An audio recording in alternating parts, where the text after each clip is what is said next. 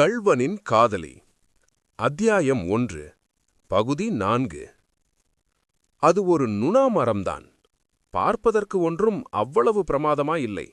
எனினும் அந்த மரத்தின் கிள்ளும் சிறு பூக்களிலிருந்து அவ்வளவு நறுமணம் எப்படித்தான் வீசுகின்றதோ? இதோ தடாகத்துக்கு வந்துவிட்டோம்.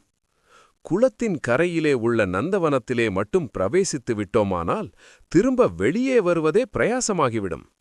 ஆகையால் வெளியிலிருந்தே அதை எட்டி பார்த்துவிட்டு போகலாம். அதோ நந்தியாவட்டை செடிகளில் கொத்து கொத்தாக பூத்திருக்கும் வெண்ணிற பூக்கள் கண்ணை பறிக்கின்றன. அந்த புறத்தில் செம்பருத்திச் செடிகளும் வேலி ஓரம் நெடுக கொக்கு மந்தாரையும் இந்தண்டை பக்கம் முழுவதும் மல்லிகையும் முல்லையும் பூத்துக் குலுங்குகின்றன. அதோ அந்த பந்தலில் ஒரு புறம் ஜாதி முல்லையும் இன்னொரு புறம் சம்பங்கியும் பூத்து நந்தவனம் முழுவதிலும் நறுமணத்தை பரப்புகின்றன.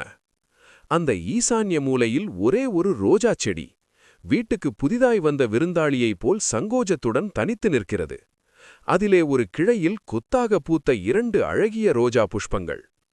ரோஜா பூவாம் ரோஜா பூ, பிரமாத அதிசயம்தான் என்று சொல்வது போல் குளத்தின் கரையில் அடர்ந்து வளர்ந்திருக்கும் அரளிச் செடிகளிலே அரளிப் புஷ்பங்கள் மண்டி கிடக்கின்றன. அடுத்த பகுதியில் சந்திப்போம்.